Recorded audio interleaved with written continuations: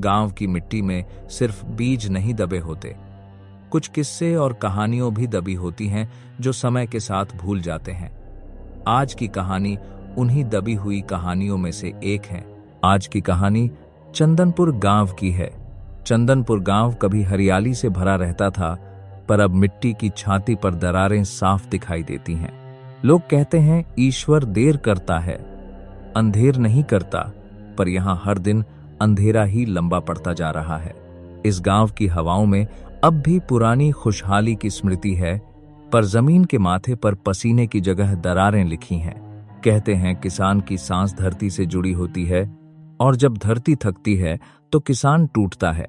इसी गांव के एक कोने में रहता है रामदीन किसान, जो मेहनत से कभी पीछे नहीं हटा। ऊपर वाला सबके लिए अच्छा सोचता है, बस कभी कभी सोचने में उसे थोड़ा वक्त लग जाता है।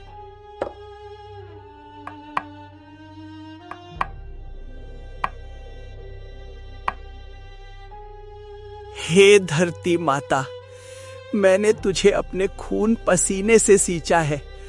हर बीज के साथ तुझसे उम्मीद बांधी है, पर तू हर बार मुझे खाली हाथ लौटा देती है।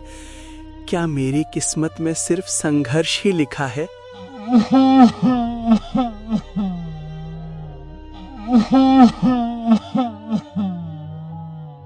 रामदीन की आवाज में शिकायत नहीं थी, बस एक थके हुए इंसान की सिसकती विनती थी। किसान जब धरती से बात करता है तो शब्द नहीं, आत्मा बोलती है। जी, आज फिर चूल्हा ठंडा पड़ा है और बच्चों की आंखों में भूख साफ झलक रही है। भगवान की लाठी में आवाज नहीं होती, पर जब पड़ती है तो बहुत गहरी पड़ती है।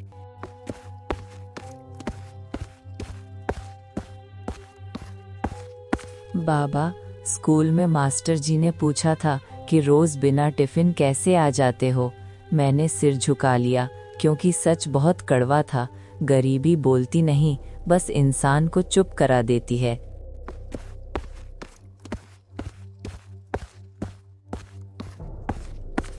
माँ, आज सपने में देखा था हम सब खेत में बैठे गरम गरम समोसे खा रहे थे। आप हंस रही थीं और बाबा खुश दिख रहे थे। क्या सपने सच होते हैं या बस आंखों का धोखा है? बच्चों के सपनों में भी रोटी की खुशबू थी, क्योंकि भूख सबसे पहले कल्पना में बसती है। जिस घर में सपना भी खाने का हो, वहां हालात का अंदाजा लगाया जा सकता है। जहां भूख होती है, वहां साहूकार की आहट भी जल्दी पहुंच जाती है। शाम होते ही सेठ धनीराम अपने लठैत के साथ आया और आंगन में डर की परछाई फैल गई। रामदीन, मेरे पैसे किसी पेड़ पर नहीं उगते। कर्ज लिया है तो लौटाना भी पड़ेगा। व्यापार में भावना नहीं, सिर्फ हिसाब चलता है, और मेरा हिसाब अब बहुत भारी हो चुका है। मैं भागा नहीं हूं, बस समय की मार झेल रहा हूं। ऊपर वाला सब देख रहा है। आप थोड़ा धैर्य रखिए, मेहनत रंग जरूर लाएगी।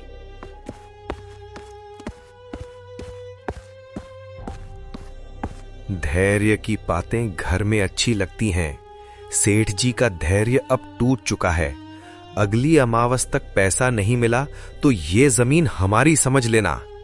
लखा की आवाज में ताकत थी, पर इंसानियत की कोई परछाई नहीं। जब शब्द डर पैदा करें तो समझ लो नीयत पहले ही गिर चुकी है।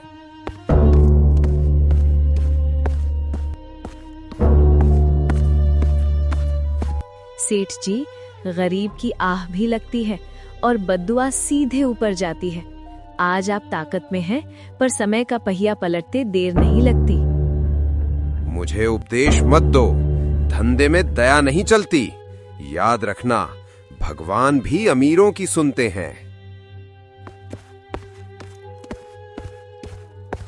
सेठ चला गया, पर उसके शब्द कांटों की तरह चुभते रहे। रात आई, पर नींद नहीं आई, और चिंता रामदीन के सीने पर बैठ गई। कभी कभी मन करता है सब छोड़ दूं। इस रोज रोज की जिल्लत से तंग आ चुका हूं, पर बच्चों के चेहरे सामने आ जाते हैं और हिम्मत फिर से बन जाती है। जी, हिम्मत मत हारिए। ईश्वर देर करता है, अंधेर नहीं करता। आज अंधेरा है तो क्या हुआ, कल उजाला भी उसी का भेजा होगा। और सच ही है, जिस घर में उम्मीद जिंदा हो वहां अंधेरा भी रास्ता ढूंढता है। अगले दिन चंदनपुर में पहली बरसात हुई। काले बादल, ठंडी हवा और मिट्टी की खुशबू पूरे गांव को भिगो देती है। बरसात में भी मैं खेत छोड़ नहीं सकता। नंगे पांव कीचड़ में धंसे हैं। पसीना और बारिश एक साथ बह रहे हैं। अचानक तेज हवा चलती है, बिजली चमकती है और खेत के सिरे पर एक परछाई उभरती है।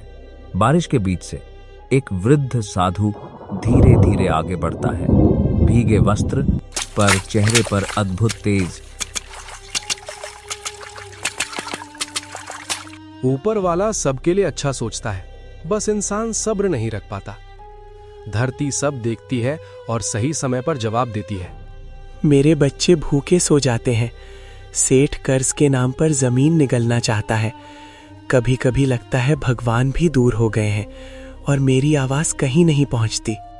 ईश्वर देर करता है, अंधेर नहीं। और जैसी नियत वैसा ही नसीब। कर्म से भागा नहीं जा सकता। बाबा अपनी झोली से चमकते बीज निकालते हैं, चेतावनी देते हैं कि ये बीज कर्मों से चलते हैं, लालच से नहीं। मैं वचन देता हूं बाबा, अगर किस्मत बदली तो भी इंसानियत नहीं छोड़ूंगा। जो मिलेगा जरूरतमंदों में बांटूंगा और गलत रास्ता नहीं अपनाऊंगा। बाबा बारिश में धीरे धीरे ओझल हो जाते हैं। खेत में सिर्फ बीज और उम्मीद बचती है। उसी रात रामदीन बीज बो देता है। मन में डर भी है और भरोसा भी। धरती जैसे चुपचाप वादा करती है कि इस बार मेहनत खाली नहीं जाएगी। बारिश की नमी ने बीजों को ढंक लिया। अंधेरी मिट्टी में उजाले की नींव पड़ी। किसान जब भरोसे से बीज बोता है तो ऊपर वाला भी हिसाब जोड़ देता है। इन बीजों में अजीब सी चमक है, जैसे इनमें कोई दुआ छुपी हो। भगवान की लाठी में आवाज नहीं होती, पर असर दूर दूर तक जाता है।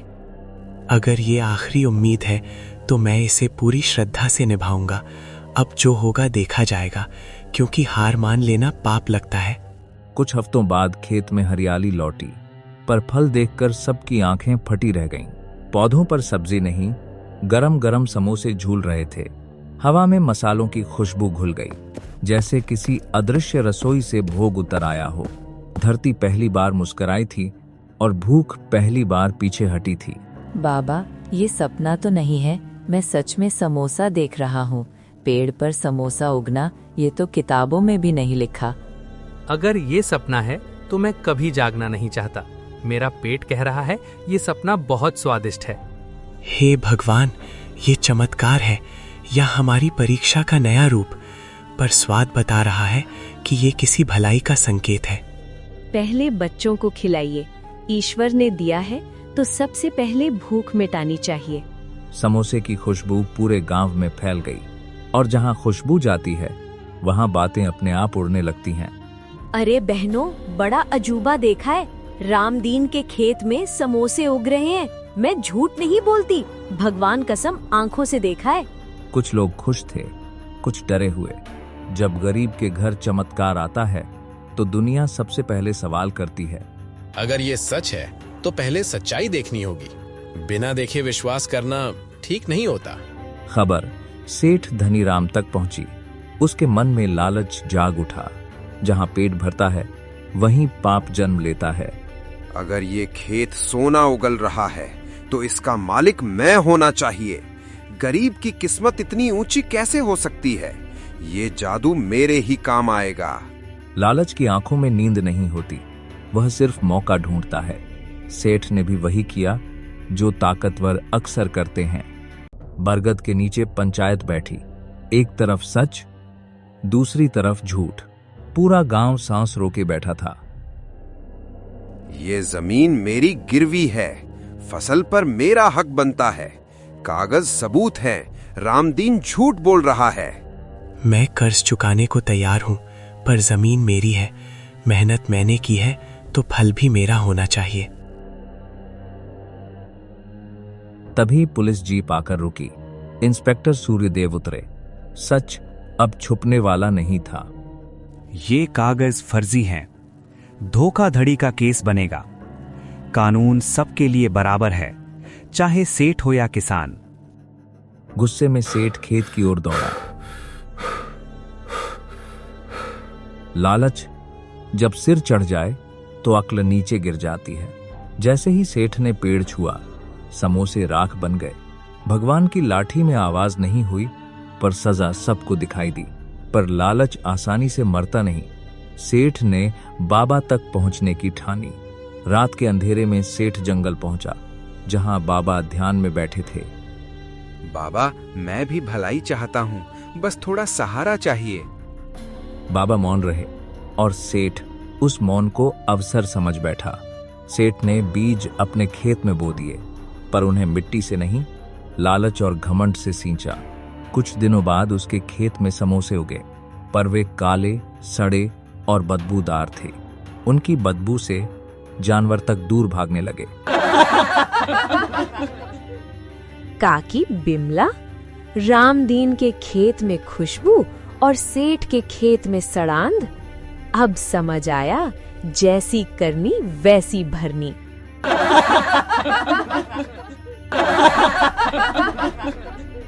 पूरा गांव इकट्ठा हो गया। जिसे लोग डर से देखते थे, आज वही शर्म से झुक गया। मैंने सोचा था पैसा सब कुछ खरीद सकता है, पर इंसानियत नहीं खरीद सका। मेरा लालच ही मेरा नाश बन गया। धरती सबको देती है, पर हिसाब बराबर रखती है। जो पसीने से बोता है वही सच्चा फल पाता है। चंदनपुर ने उस दिन सीख लिया कि जादू खेत में नहीं होता। जादू इंसान के कर्म और नियत में होता है, और लालच का फल हमेशा सड़ा निकलता है। आज पंचायत नहीं, सीख बांटी गई है। बाबा, अब स्कूल में टिफिन ले जा सकूंगा ना? हाँ बेटा, पर ज़मीर हमेशा भरा रखना। अब समोसे रोज उगेंगे? नहीं बेटे, पर मेहनत जरूर उगेगी। मेहनत सबसे बड़ा जादू है। समय बीता, गांव फिर हरा हुआ, पर इस बार सिर्फ खेत नहीं, सोच भी। आज रसोई में आग है और दिल में सुकून। कानून ने आज अपना काम कर दिखाया। गलत का साथ देना भी गलत ही होता है। शाम ढली और खेत सुनहरे हो उठे। धरती सब देखती है और सही समय पर सबका हिसाब करती है। हवा में फिर वही खुशबू थी, पर इस बार डर नहीं था, भरोसा लौट आया था। जो समझ गया वही असली अमीर है। मेहनत सबसे बड़ा जादू है, और इंसानियत सबसे बड़ी दौलत। बाबा, मैं भी बड़ा होकर ईमानदार किसान बनूंगा।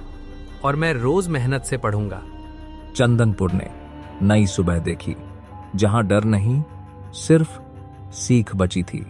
जादू खेत में नहीं, किसी बीज में नहीं, जादू इंसान के कर्म और नियत में होता है। बच्चों, ऐसी ही मजेदार कहानियों के लिए इस वीडियो को एक प्यारा सा लाइक जरूर दीजिए, और इस चैनल को सब्सक्राइब करके आप हमारी फैमिली का हिस्सा बन सकते हैं, ताकि आप ऐसी ही मजेदार कहानियां देखते रहें। और आप अपना एक प्यारा सा कमेंट करके हमें बता सकते हैं कि आपको कौन सी कहानियां देखना ज्यादा पसंद है, या आप किस तरह की कहानियां देखना चाहते हो। हम कोशिश करेंगे आपकी कहानी को बनाने की, और यदि अगर आपके मन में कोई किस्सा कहानी हो तो वह भी आप हमें कमेंट में लिखकर बता सकते हैं। तब तक के लिए हंसते रहें, मुस्कुराते रहें और स्वस्थ रहें। हम मिलते हैं आपसे अपनी मजेदार अगली कहानी में।